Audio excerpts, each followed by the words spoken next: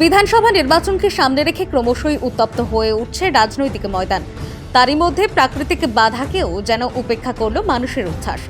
বৃষ্টিকে সঙ্গী করেই দুর্গাপুরের 29 নম্বর ওয়ার্ডে সাগরভাঙা এলাকায় দেখা গেল এক নজিরবিহীন জনসমাগম। এদিন দুর্গাপুর পশ্চিম কেন্দ্রের তৃণমূল কংগ্রেস প্রার্থী টোটোতে চেপে সাগরভাঙা অঞ্চলের বিভিন্ন এলাকায় ঘুরে ঘুরে প্রচার চালান।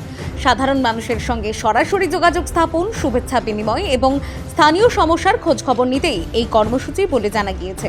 আবহাওয়া প্রতিকূল হলেও মানুষের উপস্থিতিতে কোনো ভাঁটা পড়েনি। বৃষ্টির মধ্যেই ছাতা মাথায় রাস্তায় নেমে পড়েন 8 থেকে 80 সব বয়সের মানুষ।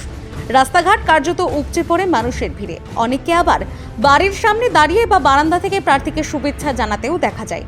প্রচারের সময় প্রার্থীকে ঘিরে উৎসাহী মানুষের ভিড়, হাত নেড়ে শুভেচ্ছা জানানো, কেউ বা এগিয়ে এসে কথা বলা, সব মিলিয়ে এক উৎসবের আবহ তৈরি হয় এলাকায়। স্থানীয়দের দাবি, এ ধরনের সরাসরি সংযোগে ভোটের আগে মানুষের আস্থা বাড়ায়।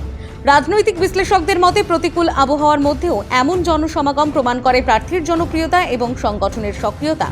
অন্যদিকে সাধারণ মানুষ এই স্বতঃস্ফূর্ত অংশগ্রহণের নির্বাচনের আগে গুরুত্বপূর্ণ বার্তা দিচ্ছে বলে মনে করা হচ্ছে।